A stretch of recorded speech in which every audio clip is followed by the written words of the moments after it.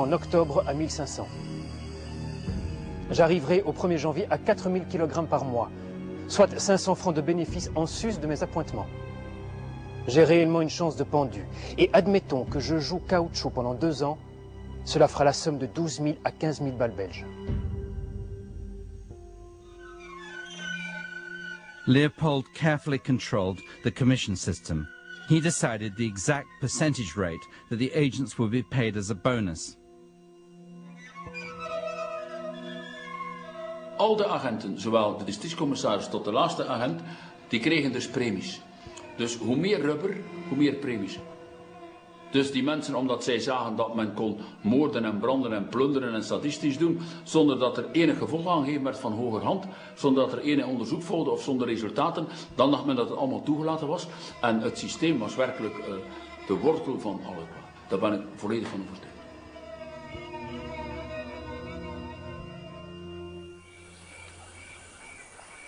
Another instruction was issued. This time, the state was condoning slavery.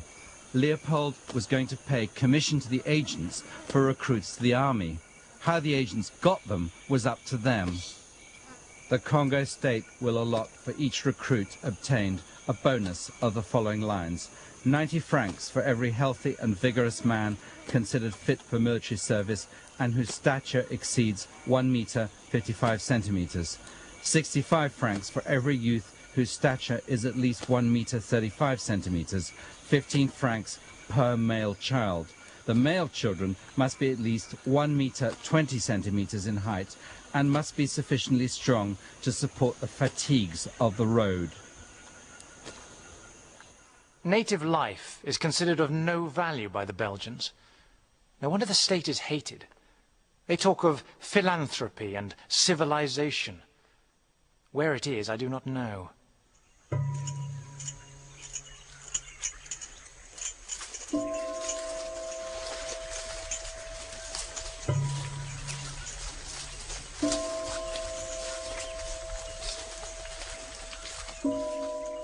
The state has not suppressed slavery, but established a monopoly by driving out the Arab competitors.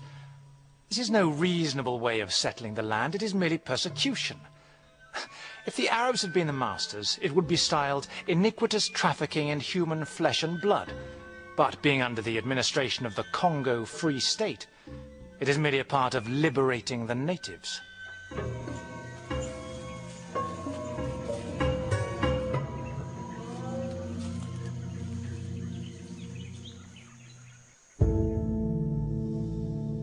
Charles Stokes, a British trader working for the Germans, was about to cause the king his first major political problem. Leopold was jealously guarding his trade in the Congo, completely against the agreements made with the European powers at Berlin. The king's orders were to enforce the monopoly fiercely. Stokes was arrested for trading in state territory and sentenced to death by Captain Hubert Lothaire, an officer well known in the Congo. The people on the Lulanga River call him Lofembe. Some 4 years ago, he arrived with black troops and pitched his camp. He sent over to the missionary to use his influence to get the natives back. The missionary, supposing he was dealing with an officer and a gentleman, induced the natives to come to the station. As soon as they did so, Lothaire and his men opened fire on them.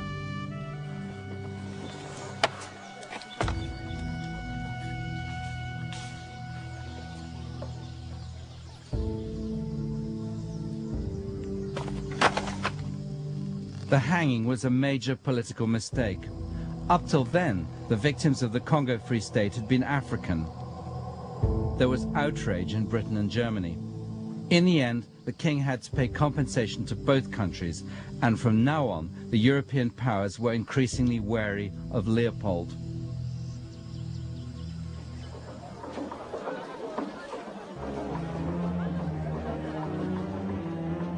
To tear treasure out of the bowels of the land was their desire, with no more moral purpose at the back of it than there is in burglars breaking into a safe.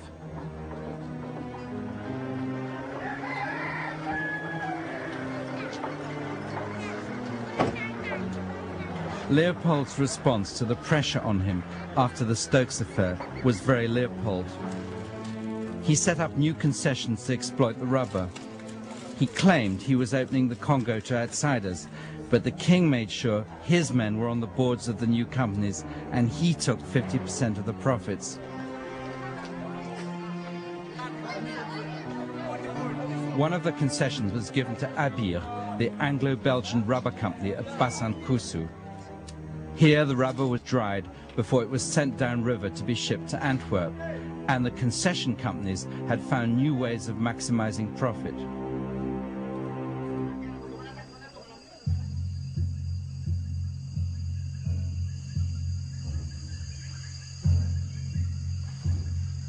Leopold's new companies were taking the wives of the rubber collectors hostage. The women were only released when sufficient rubber had been collected. The hostage system was organized by the concession companies with the full knowledge of the state and of the king himself.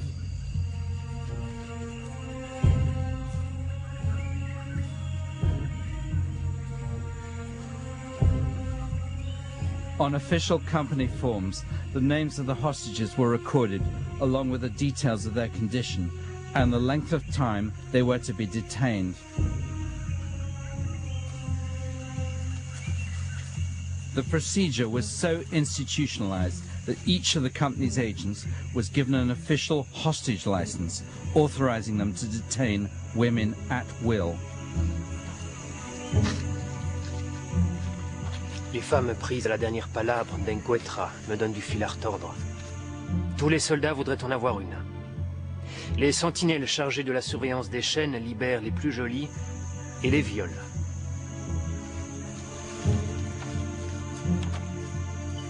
When a missionary asked a chief how many women had been taken hostage, the chief replied, "Count the grains of sand, white man."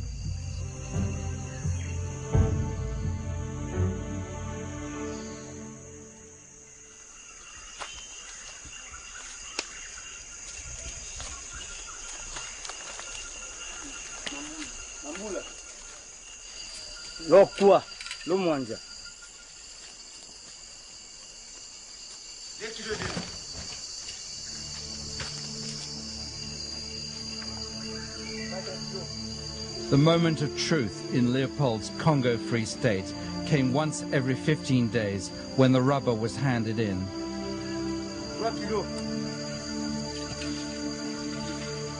The state talked about the rubber harvest and the rubber market, but the reality was completely different. For the collectors, this was when they would either get their wives back or face more punishment, even death, if they had not met their targets. For the agents, this was when they would be able to start calculating their commission. And for the king, this was the proof that his new concession companies worked and brought him even more wealth. En 6 ans, les profits nets s'élèvent à 720 000 livres pour un capital souscrit de 9 300 livres environ. Et l'action achetée 4 livres rapporte 335 livres. Mais le roi a un appétit d'ogre, insatiable. Il veut toujours plus. En fait, si le roi devient riche, la Belgique aussi devient riche. Donc ce que Léopold II transmet à la Belgique, ce n'est pas seulement le Congo. C'est aussi le système des compagnies concessionnaires, avec toute leur force de corruption et aussi avec tous les abus qui leur sont associés. Leopold's stranglehold on the rubber market lasted for over 10 years, till the plantations of Asia and South America became serious competition. The profits all went to Belgium, but how much remains in the hands of the royal family today is still a matter of speculation.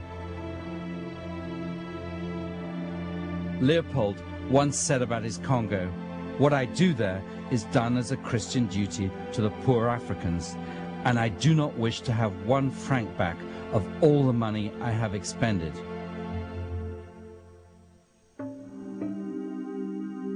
As the 20th century began, King Leopold found himself facing the first major challenge to his rule in Africa, and it came from London. En 1900, paraît dans The Speaker une série d'articles qui constituent un événement. L'auteur, visiblement très bien informé, avance des faits, des certitudes, pas des insinuations.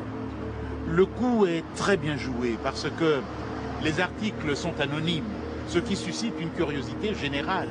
Qui est l'auteur? Que veut-il? L'auteur de ces articles, c'est Edmund Dean Morel.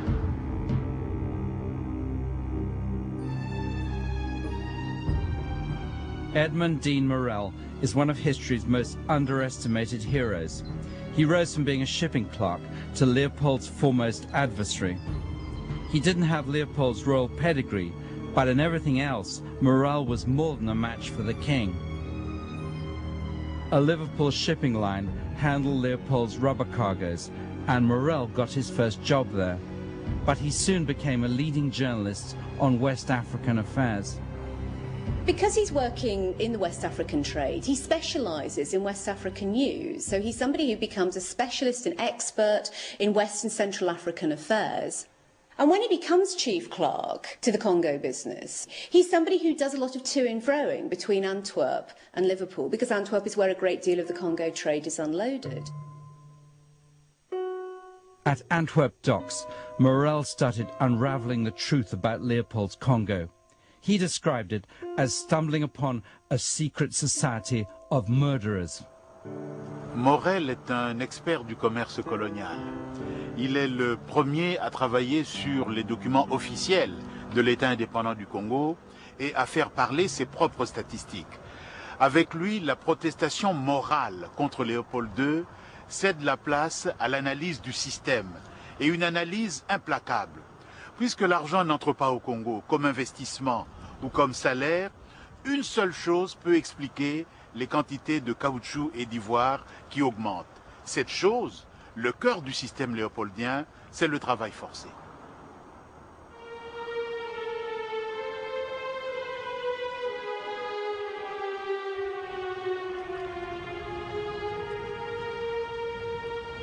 Morel had produced the first incontrovertible evidence of Leopold's crimes. He had proved that although vast amounts of rubber were landing at Antwerp, the king, instead of sending out goods to pay for the rubber, was shipping mainly guns and ammunition. I have stood on that quay at Antwerp and seen the rubber disgorged from the bowels of the incoming steamer. And to my fancy there has mingled with the musical chimes of the old cathedral tower another sound. A sigh breathed in the gloomy equatorial forest by those from whose anguish this wealth was wrung. Morel's book Red Rubber was described as the most appalling indictment of tyrannical atrocity ever recorded against any one man in any country or any age. The Leopoldian conception of humanity is the humanity of the human tiger thirsting not for blood, but for rubber. Morel was just 27 years old, half French, and completely self-taught. He was also unstoppable. He moved to Harden in Wales, left his job at the shipping line, and began a personal campaign against the king. In 6 months, he sent out 15,000 brochures and 3,700 letters. Within a year, Morel had his own newspaper, the West African Mail. Now he could get his message to an even wider audience. From his offices in Liverpool, Morel gathered together all the stories he could about the events in the Congo, and he set about trying to enlist the missionaries' help. But since the first wave of outbursts against Leopold, the missionaries had gone silent. They had the evidence, they had the details, they had the stories that were going to grab popular imagination and that were going to make the campaign take off. But selfishly, the missionary societies didn't want these stories circulated because they didn't want to offend Leopold. They felt if they were critical at all, they would be thrown out, and that meant that they wouldn't achieve their ultimate end, which was the maximum conversion of African souls. I think they had a rather mechanistic view.